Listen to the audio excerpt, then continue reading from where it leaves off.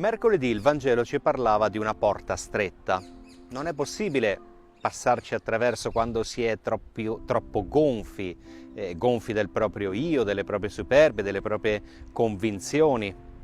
Il Vangelo dovrebbe aiutarci nel momento in cui lo viviamo a diventare della taglia giusta per entrare attraverso questa porta stretta. E oggi il Vangelo che ci viene proposto quest'oggi ci parla di una guarigione particolare. Davanti a Gesù è un giorno di sabato, davanti a dei farisei, e c'è un malato di idropisia, cioè è una malattia per cui questa persona continua a bere senza mai fermarsi e si gonfia.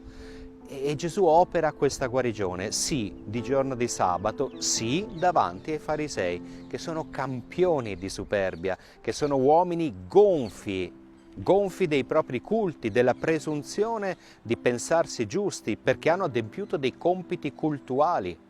Ecco, questa guarigione avviene di sabato, che è il giorno per eccellenza del culto religioso, cioè del giorno in cui l'uomo si incontra con Dio anche in una religiosità espressa comunitariamente.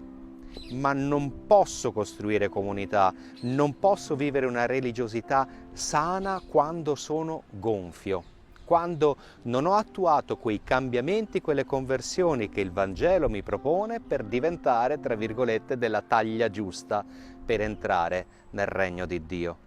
E forse il messaggio più bello, la porta di accesso più bella per iniziare questo cambiamento ci viene da una parola che Gesù usa in questo Vangelo. Chiama tutti coloro che ha davanti figli. Ed è bello sapersi figli amati, figli di Dio, chiamati ad esserlo e a diventarlo sempre di più. E allora oggi proviamo a impegnarci a vivere da figli. E dentro questa relazione cresciamo nell'umiltà, non nella presunzione di sapersi giusti, ma nell'umiltà che ci viene dal sapersi amati. E quindi possiamo finalmente dire a noi stessi e dire a Dio chi veramente siamo e in questa autenticità costruire la nostra vita.